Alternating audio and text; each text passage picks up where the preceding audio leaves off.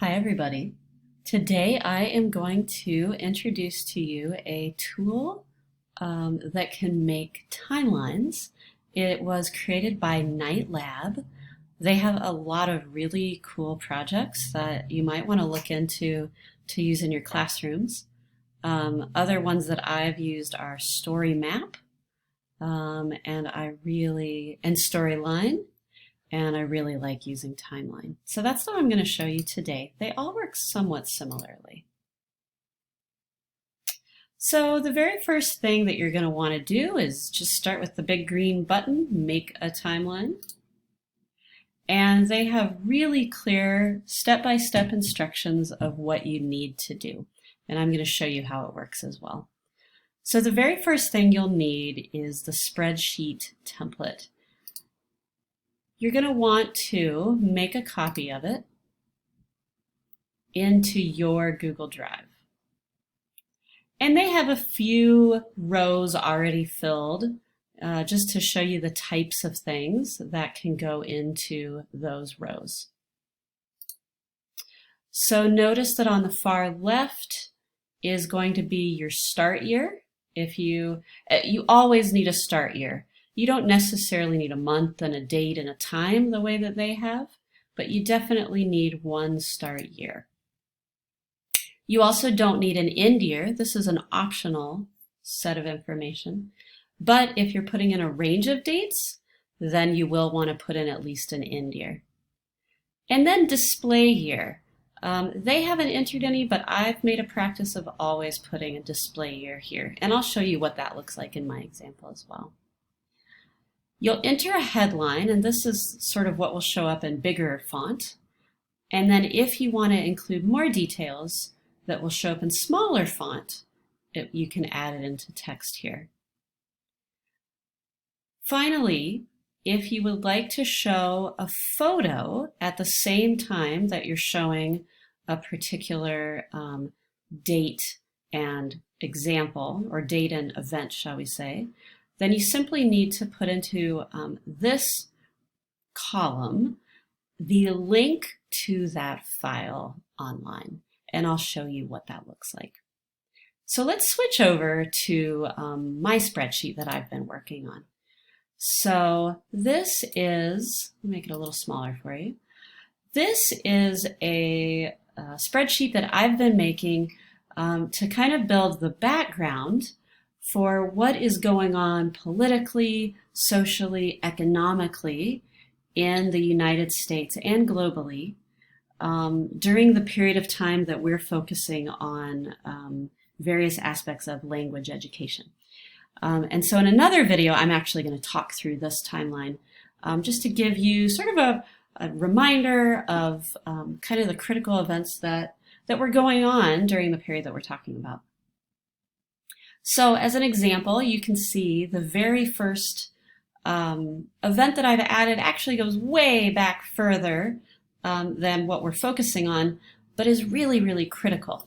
So I started with 1868. You'll see that I have it in my start year and my display date. And that's when the 14th Amendment to the Constitution was passed. And so much educational policy calls back on and builds on the 14th Amendment. So that's a really important thing for us to remember. For that event, I do want it to show a quote from the 14th Amendment, just to, to remind the viewer what exactly that amendment says. If I slide to the right, then what I've done is I've also got a link here to a JPEG. Notice that if you look at all my files for images, you're going to notice that they end in usually .jpg. Not all of them, but most of them do, and that's a good way to check to make sure you've got a link to an image, not to a website. Let me show you what it looks like to enter in a new row. So I'm going to scroll to the bottom, and actually I would like to add in Brexit. That's been a pretty big deal. So that entire process started in roughly 2015 when the British people voted to leave the European Union. And then it was finalized very, very recently, here in 2020. So those are my start dates, my finish dates, and what I want it to display is that range. So I'm going to say 2015 to 2020. I'm going to give it a pretty simple title, just Brexit. I don't think I'm going to add any text for this one, but I do want an image. So I am going to open up a tab. I really like using Google Images. Let's see if there's any good Brexit cartoons. And one tool I'm going to use, I'm going to click on Tools and Usage Rights. And I want to, there's lots of images that show up in Google Images that actually we probably shouldn't be using because they are not meant, they have not been licensed to be reused. But if you use the usage rights, you can find pictures that are legally okay to use. So I'm going to go ahead and click that. All right, so these are images that we can choose from. I actually think this first one's pretty funny because this whole Brexit process was a whole lot of backwards and forwards and backwards and forwards.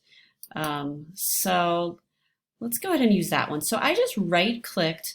On a Mac, what you want is not copy link location, but copy image location. I am not sure exactly what it looks like on a PC, but it should be something pretty similar. You want to get the HTML. Now, another way you might need to do this, perhaps on a PC especially, is you'd actually first want to open, view the image itself. So not the link in a new tab, but the image, like this. And then you could either copy and paste the actual address for the image up here, or you could do it the way that I did it a minute ago and just go straight to copy image location. All right, we're going to come back to my spreadsheet and I am going to go ahead and enter that in here.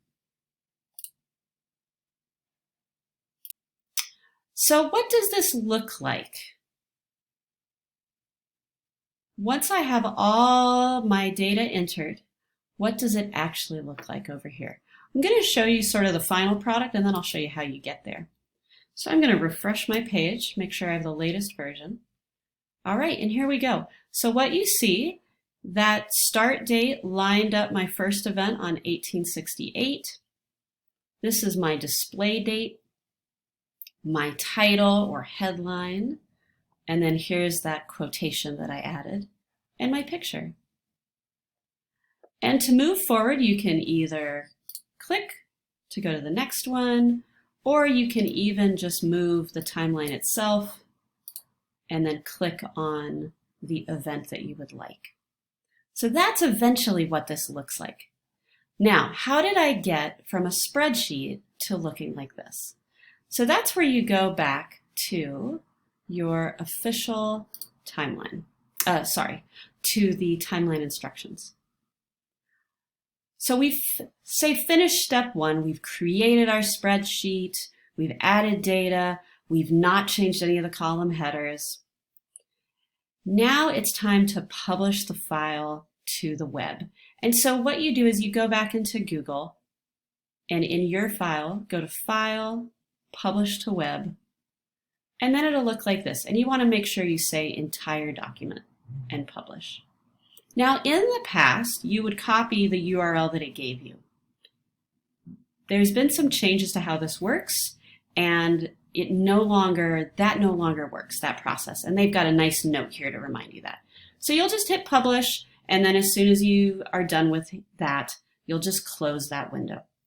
And what you'll do instead is you will copy and paste the URL box here. So what do I mean by that? Well, what I mean by that is I'll go to my spreadsheet and I will copy and paste that top address bar.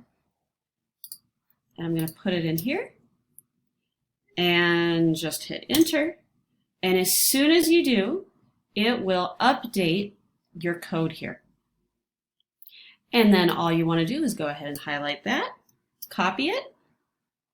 Let's open a new tab, paste, enter, and there it is. So it converts all the data you have entered into your Google spreadsheet into a pretty slick looking timeline. All right, that is the end of this tutorial. In the next video, I'll talk you through how you can create a screencast the way that I'm doing and talk through your timeline.